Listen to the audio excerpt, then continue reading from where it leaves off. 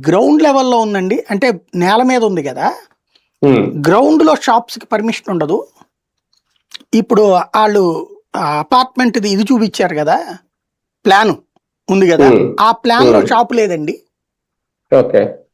ఇప్పుడు మీరు రిజిస్ట్రేషన్ చేస్తున్నాడు. చేయడం అయితే అయిపోతుంది. హ్మ్. మీరు ఆలోచించుకోండి అని జెప్పాడు. హ్మ్. అప్పుడు ఆ అపార్ట్‌మెంట్‌లో ఉన్న పైన వాళ్ళ దగ్గరికెళ్తే ఆళ్ళు జెప్పారు. అది లిటిగేషన్ అండి అది. మేమే కోర్ట్‌కేసాం అది. కింద మాకందరికీ ఇచ్చినప్పుడు కిందంతా పార్కింగ్ అన్నారు.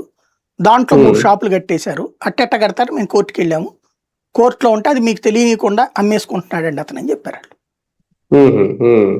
అంటే ఇక్కడ నేను బుక్ అయిపోయేవాడినిగా అక్కడ. హ్మ్. ఇది కొనేసుంటే నేను తిరగాల దాని అవును. చుట్టూత. అవును. నేను బ్యాంకులకి డబ్బులు కట్టేసుకొని మునిగిపోయి ఉంటాను. హ్మ్. అంటే అవును. రెవెన్యూ గొడవలు ఇట్టాగే ఉంటాయి. తెలియక జరిగే అవును. గొడవలే ఎక్కువుంటాయి. తెలియక అవును. ఇరుక్కునేది. ఇప్పుడు నేనేదో అవును. పల్లెటూరికి అసలు నేను దీంతో భూమి సంగతే వదిలేసాక. హ్మ్. ఎందుకంటే ఎక్కడో ఏ పల్లెటూరులోనో భూమి దొరుకుతది. ఇవాళ ఒక 5,00,000లో దొరుకుతది. 5,00,000 నేను అవును. ఎఫర్డ్ చేయగలను. 4 ఎకరాలు హ్మ్. కొనుక్కుందామనే ఆశ ఉంది నాకు. ఎందుకంటే మనిషి అనేవాడికి ఒక భూమి ఉండాలనేది నా కోరిక. ఓ అవును. 4 ఎకరాలు ఉంటే ఏదో చిన్న కూరగాయలు వేసుకున్నా సరే మనం ప్రశాంతంగా వానప్రస్థంలో బ్రతకచ్చు అక్కడ అన్నటువంటిది నా ఆశ. పల్లెటూరులో హ్మ్. కాస్త ప్రశాంతంగా ఉంటది వాతావరణం, గాలి ఇదంతా అని. కానీ అవును.